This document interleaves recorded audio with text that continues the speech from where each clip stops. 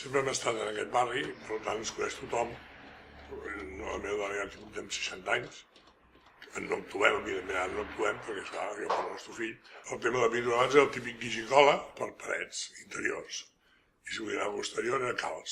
Aquest tipus de pintura manualment, jo calculo que va ser fins als anys 60 i poc. Després van començar a entrar les màquines, la gent va buscar pintures més bones, més preparades, i fins ara.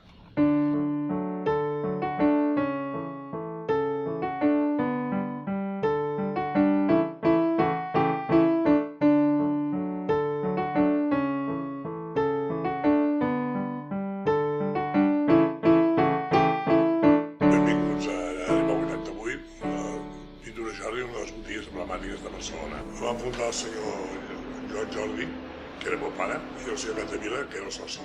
Venien de Sants 31, que era la botiga on es va fundar l'any 1907.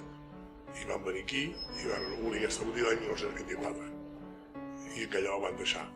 Jo vaig entrar a la botiga, tenia 16 anys. I la meva dona també va entrar d'aprenenta. I el meu pare ens feia fer tot el repartiment que feia un aprenent. Havia d'anar a portar caixes de bitxí, el pediu que feia la gent. Va dir, el fill de l'amo ha de saber tot, igual que s'ha de passar per baix. I així va ser. El meu pare ensenyava a fer els colors i els aprenents que hi havia també en sabien. Jo vaig anar aprenent de fer-ho.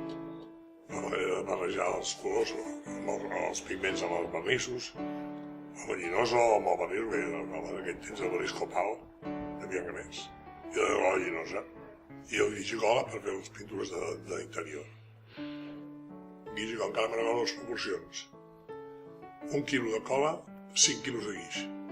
I això era batut a mà, no hi havia res més, I aquí darrere, en aquest toll, hi havia sempre 2 o 3 fent pintura. Encara conservem 6 o 8 calaixos antics, que havien els pigments antics, que això no ho puc restaurar per donar fe del que quedava. Anem a l'exterior, hi havia la façana, que actualment està pelada, però l'Ajuntament hi havia una marquesina enorme, molt gran, amb les lletres daurades de drogueria.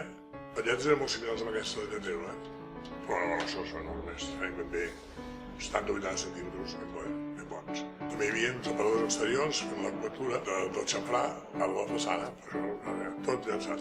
Cada tenim, que és la façana i la botiga. A nivell interior hem conservat tot el que hi havia. L'únic que vam fer és decapar l'esmalt, que hi havia 7 o 8 capes, per deixar-lo amb el que volem que antigament era, que la fusta vernissada i s'ha acabat res més. Tenim tots els objectes que hi havia a l'època, els hem conservat, els hem guardat. O sigui, lletreros, que lletreros són del 1907, ho veurem perfectament. I els taulells també. Aquest taulell és original i a més té uns 7 metres i és vernissat i probablement, res més. I és des dels boscos del 1907, perquè venia de Sants. Conserven cada caixa registradores, perquè no es poden fer servir avui en dia per la capacitat, però es tenen al magatzem. I tenim una que té uns 160 anys, nacionals. I les altres dues en tindran 120, per ahí. Un dels reclams que tenim és aquest ninot, que és molt antiguet, no tant com l'antiga, però de cap a 40, 50, 60 anys el tenim. I atrau molta gent, és atractiu, és maco. Aquest ninot era el pintor que Titan va posar per fer veure que aquí es venia pintura. També tenim el lletrer del metal, amb el nino aquell típic, que és molt conegut i és un termòmetre i funciona a la perfecció. El dia que vulgueu, passeu per la botiga i veureu del que us estic dient. Gràcies per la seva atenció.